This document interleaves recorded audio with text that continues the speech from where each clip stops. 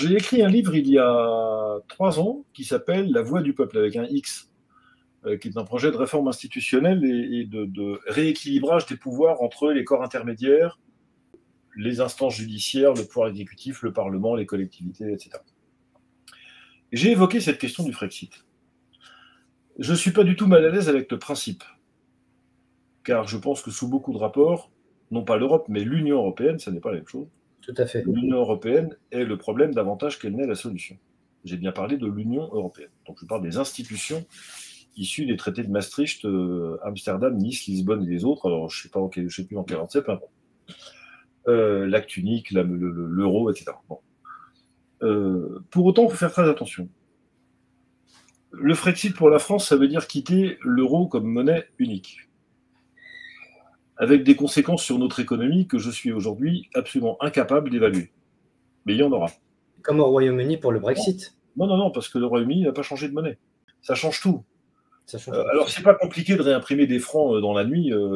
Ça, c'est pas très difficile. C'est pas ça le sujet, d'ailleurs.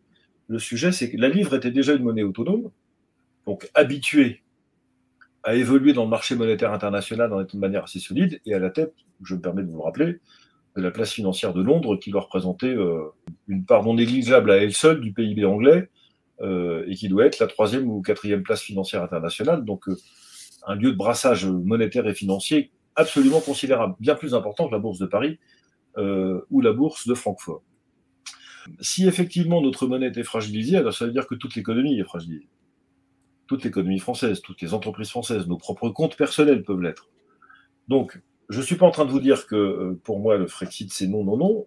Je vous dis, je ne suis pas du tout réfractaire au principe, mais je ne me sens pas complètement à l'aise avec l'idée que je pourrais défendre le Frexit sans savoir exactement ce qui se passe une fois que le Frexit est activé. Et donc, je pense qu'il y a une solution intermédiaire. Je crois 2 choses.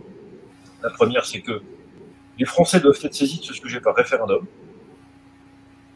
Et la deuxième chose, c'est que je pense que, compte tenu de l'impact considérable qu'aurait le Frexit, on pourrait en profiter pour inventer ce qui n'existe pas dans le droit français, mais qui existe, je crois, dans le droit néerlandais, un référendum consultatif.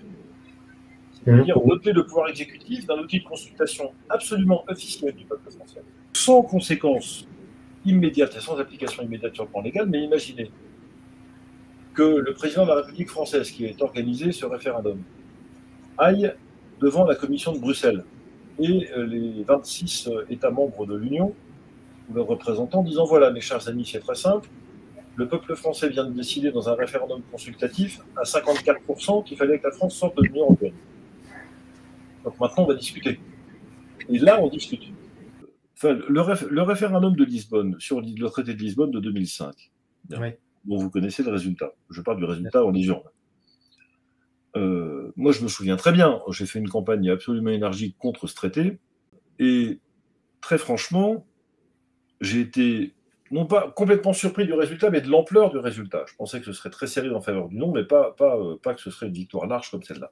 Parce que le climat de la campagne était tel que sur un sujet aussi incompréhensible que le traité de Lisbonne, et les gens ont participé au débat, ils ont parlé dans la rue, dans les cafés, dans les bistrots.